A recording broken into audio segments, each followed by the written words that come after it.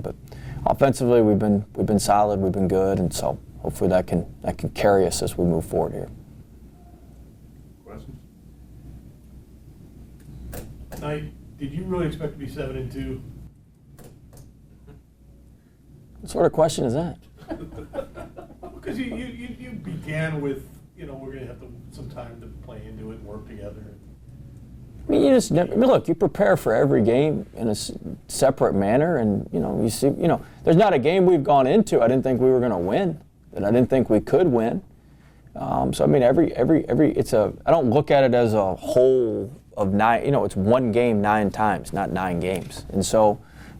I think we've prepared pretty well for most of those games, and we've won 7 of them. I mean that's I don't ever put a cap on what can happen or a floor on what can happen. You just you don't do that, and so did I know if we'd win 7? No, I didn't know we'd win 7, but we could also have won 8. We could also have won 9, and we could have also have won 5. So I mean that's the way it works. You talked about before the game that their guards were really good, and you were kind of wondering if they were going to get you in foul trouble or not. It seemed like you guys did a good job, besides the three-point line, defending and not getting in foul trouble. What did you just see from your defense? Yeah, besides the school record we gave up in threes, we did a good job, right? We did. Look, to that point, I mean, you can't give up threes and give up layups and free throws. Like, I mean, you can, at the end of the day, they hit a bunch of threes, but, it's still only accounted for, they can't make it up if they can't bludgeon you at the free throw line as well. So we did a good job guarding. That's about the best part of our defense is we don't foul. But that's because we're not so non-aggressive. That's probably the best part of our defensive statistics is our low foul rate. We've got to get better there. But I thought we did a pretty good job. I mean, Sears was 3 of 9 from 3. He's a really good player. Of course, we let 4 go crazy, make 5 of them. But they're a good shooting team. That's about as good a shooting team as we'll play this year. I mean, they came in shooting it really well. That's why I was worried. I think you guys knew I was worried. We just, I don't like getting into scoring fests like that, and we did, and we were fortunately able to keep it at arm's length and win. The fact that they shot 37 of them, I mean, obviously you were ahead, so they're going to shoot them anyway. Does that kind of account for the 16? No. I mean, 16, that's the percentage. I mean, yeah, our defense is built to give up threes. Like, we're going to give you some threes to take away the pain, to take away some different things. But they're supposed to be contested threes. They're supposed to be side-to-side threes, not inside-out threes. It was the type of threes that we gave up that was concerning. It's not the number of threes. We're going to give up a high volume of threes. We're going to give up one of the highest volumes of threes against our defense of any team in the country. But you still got to go out there and contest them, and it's the type of threes that we're giving up. We were giving up the typical threes that we give up are statistically to our advantage. The threes that we gave up to them were statistically to their advantage, and that was the problem. Offensively, you guys did really good at getting in the paint, especially getting the ball to shoemate early on. Just how did you feel that game plan worked out? Seemed like you got into the teeth early on and got some buckets easy at the beginning of the game. Yeah, I mean, you always want to get the ball in the paint. If you get the ball in the paint, something good's going to happen. Defense collapses, you're going to get an open 3. If you get the ball in the paint, you get a great chance to, get a good shot on the basket. If you miss the shot, you get a great chance to offensive rebound because everybody's close. So you certainly want to get it in the paint. You want to get the ball to the paint. We talk about getting ball reversal, 3 passes, and a paint touch. If we can do that every possession, you're going to have pretty good possession. You're going to have a pretty good team. So, we did a good job of establishing ourselves there, and we'll need to do that again tomorrow night. Y'all know we play tomorrow night. I haven't got any questions about tomorrow night. Everybody understand that? Your football coach. Let's just let you know we play tomorrow night. Okay, need to see it. What can you take away from? Rough crowd in here. Rough crowd in here. I mean, they were tied with Alabama State yesterday with 18 minutes to go in the game. It's a 6-point game at halftime. It was 80-60 was the final. I don't know if anybody did their research. You do your research in here? No. Did you know that? See? Doing the radio until 10 minutes ago. See? What about this team tomorrow night? They make threes. They made 10 threes at Alabama State. They hit 6 in the first couple minutes of the game and stayed in the game with Alabama State. So, I mean, they can shoot the ball, which is obviously problematic off of what we just had happen. So we got to keep our defense out of rotation, and we've got to we got to contest threes and guard the 3-point line better. You got a tough stretch, including like starting tomorrow and then going on. Did you say tough stretch? Thanks, Justin. Tough stretch, you know. Thanks, Justin. But how important is it just to get that honed in on then and make sure that you are contested better on the threes as you head into? We got to get it fixed. So like I told the team, we're not going to show up next Wednesday against Southern Miss and just get them all fixed if we haven't showed we can do it in a game. Like if you can't show you can do it in a game, you're not just going to show up when the pressure when it's pressure time and we're just here and we're going to do it today. No, that's not how it works. Freaking works. You've got to show you can do it in the game and show you can do it over the course of a game. And so we only got one chance to do that, and that's tomorrow night. That's our next opportunity, and we need to certainly do that. How excited are you to get tomorrow night done? Now you're back, and how things going to change? It's been. I'm excited about that, but it's been nerve-wracking during game day. But I've been with the team almost every day. The 2-day stints were hard when I was away from the team at Tech for 2 days, and the two back-to-back games at home. But look, we've survived it. My staff's done a phenomenal job, just incredible job. Chambers and Vernon, and so it's been really, really. It's been good, but it'll be fun to be back. I'm sure it'll be fun to be back, and we'll see. I can only screw it up from here. They've done such a good job, so we'll see if we can keep the car between the lines. 4 turnovers a couple nights ago. I know I asked you earlier in the week about turnovers, but you've had a lot of good teams. Have you ever had a team come together this quickly and not turn the ball over this much? Probably going to jinx us, but we've had, a bedrock of good offenses don't turn.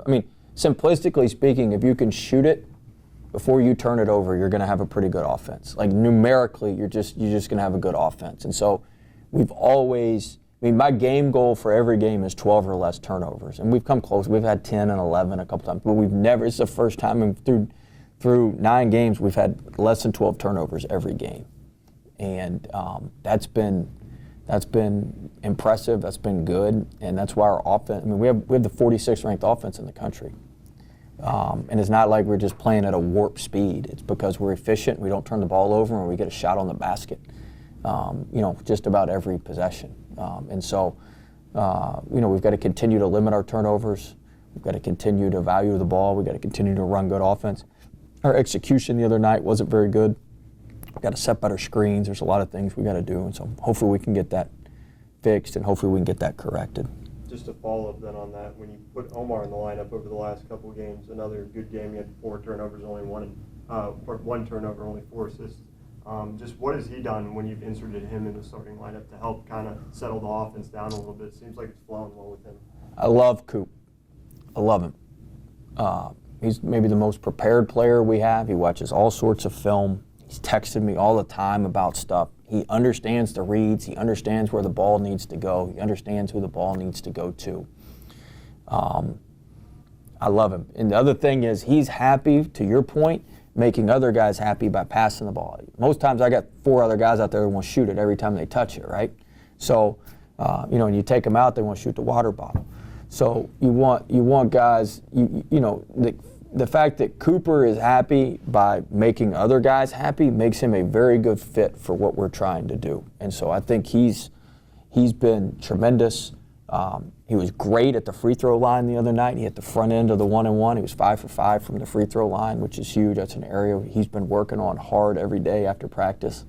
And so he's in there getting a workout in right now. He does everything you would want him to do. He's mature. He's grown up. And he goes about his business, exactly how you'd want somebody to go about it. And our team respects him, and he's a good player, very good player, and he's a really, really good player for our team and what we got going on.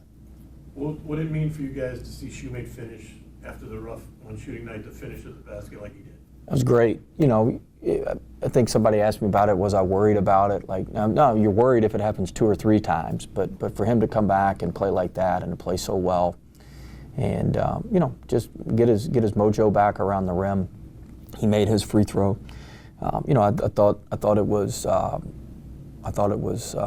positive, but I really wasn't that concerned about it. I got a lot of other higher level concerns with our team than him finishing around the rim. But it was good to see him. Good to see him, you know, get back in his groove and do what he does. Brandon talked about after the game too. Shahade in the first half was engaged on defense, not really getting stuff going on offense, and then he started attacking the paint in the second half. And when his three-point shot's not going, it seems like he has an answer in another way. Just can you tell me about his energy throughout the season so far and his ability just to adapt as the game goes along?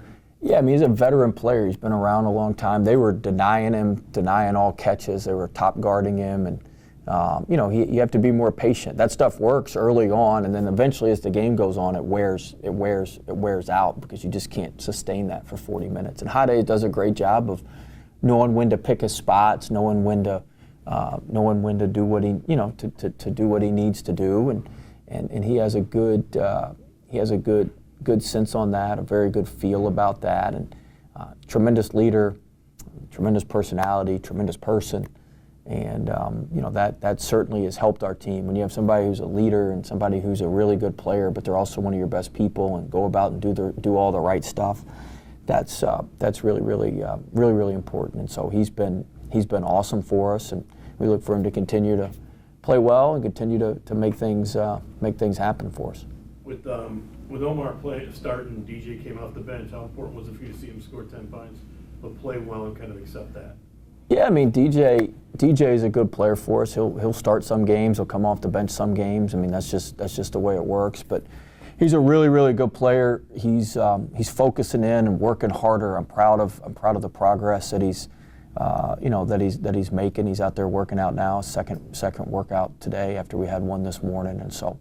I'm pleased with that, and I think he's going to be a huge part of our team, huge part of what we do moving forward. And so, you know, look, when you have a team like we do, we got 7 or 8 guys that can all start, and so a lot of it's based on matchups, a lot of it's based on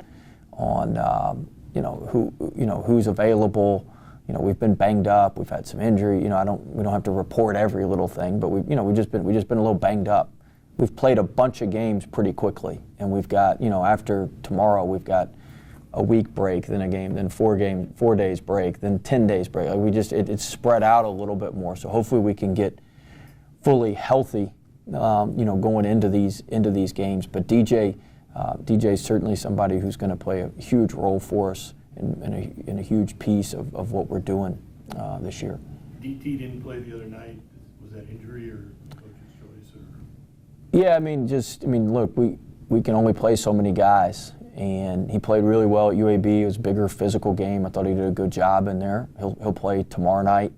It was just one of those games. I mean, they were killing us with their guards, not their bigs. So there was, it was more of an issue of, we were closer to playing Tijon in that game than we were DT. And so, look, when you've got a lot of pieces, you got a lot of parts like we have, it's like a golf bag, man. I mean, you got different clubs. You're certainly going to use your putter on almost every hole, unless you're Travis and can chip in. But you're going to use your putter.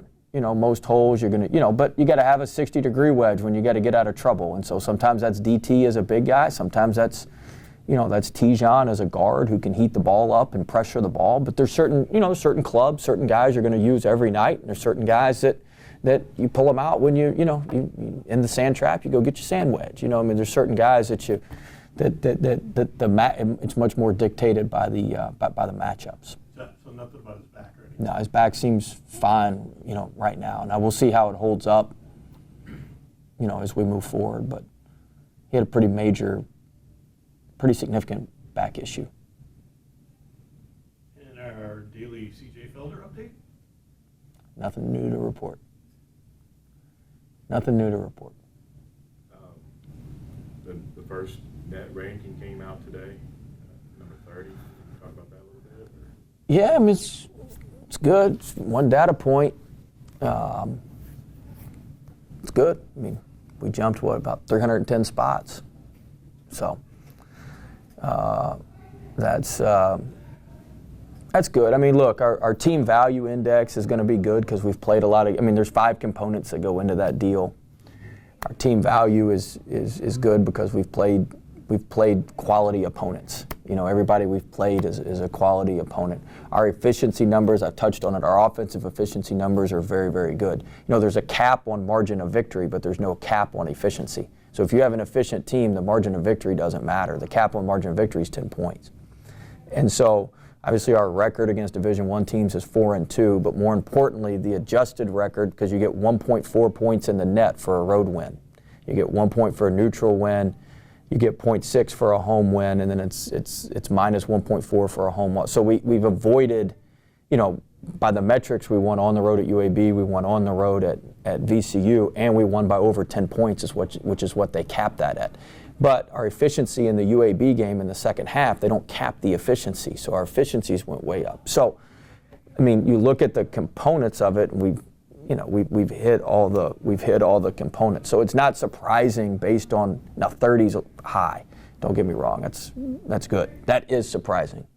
But you know, based on the components of how it all works and how we've played, I mean, you look, we beat Texas State by 11, we beat Martin by 11, we beat VCU by 11, and we beat, you know, UAB by 21. So we're above the cap at 10 on every one of those. So we get full value for each of those 4 Division I wins. Then you've got, you know, Louisiana Tech road loss doesn't hurt you. And the Texas State's a semi-neutral win, which gives you a full point there. The VCU and UAB are worth 1.4 in that deal. And you know, you got decent efficiency on top of that. You play good opponents. You can manipulate that thing pretty good to where it's like that. Now, it evens out throughout the course of the season. You know, and we can certainly stay in it for a while, pretty high. But you know, we've got to play better because your efficiencies have to be off the charts. If you're in a position like we are, in a team like we are, your efficiency numbers have to stay off the charts, and you have to win by increasing margins if you're gonna stay, you know, in a relevant range. If not, you're just gonna win games and just start nosediving. And so that's part of it. But it's like I told the team, that's a new problem. We need some new problems. Does it matter if you win by 10 plus points? Does it matter what Division I opponent it is? Because, like, for example, when we get in conference play, because so tomorrow's game, none of those numbers matter. No. So yes and no. The way it works. So the 5th component is margin of victory. That's capped at 10. At 10. So as long as you win by 10, you get full value there. The second component in it is your offensive and defensive efficiencies. Well, there's no cap on offensive and defensive efficiencies. So if you win by 10 and you're supposed, you know, it's a team you could have beaten by 30, well, your efficiency numbers are going to be worse. Like I showed video to our guys in the Martin game, it just makes my skin crawl. With 30 seconds left, that we just let the guy go in there and lay the ball in. Like, no, that goes against our efficiency. Yeah, we won by 11 instead of 13, but we lost, you know, 2 1/1000ths of a point on the efficiency. Well, when you get from 31 to 61, you're looking at thousandths of a point. I mean, you're trying to manipulate small data points. And so all that stuff matters. So yeah, do you have to win by 10? Yeah, that part's important. But winning by 10 doesn't ensure that your efficiency is where it needs to be. I don't know if we follow all that, but that's, I mean, I'm getting in the weeds on all that stuff pretty good. But so yeah, it does. Winning by, the first part is, number one is to win. Yeah, our strength of schedule is top 50 in the country. Like Louisiana Tech's a quad 1 game right now. They're 40 some odd in 42nd or something, 47th, 47th. Like they're a quad 1 game. So we have no bad, you know, now like VCU and UAB right now are quad 3. We need them to win. Like if you want to move up, like we need them to win. So I mean, there's a lot of, look, man, it's December 3rd. It's the first one. I mean, it's great fodder for all you guys, but it's sounds good. I'm sure you tweeted out a nice graphic or something, but it's it doesn't matter, and there's a lot of stuff that goes into it. But right now we should be, with the schedule we've played, the teams we've beat, where we've beat them, and how we've beaten them to win. I mean, we've won 4 Division I games over the cap, which is extremely difficult to do at our level.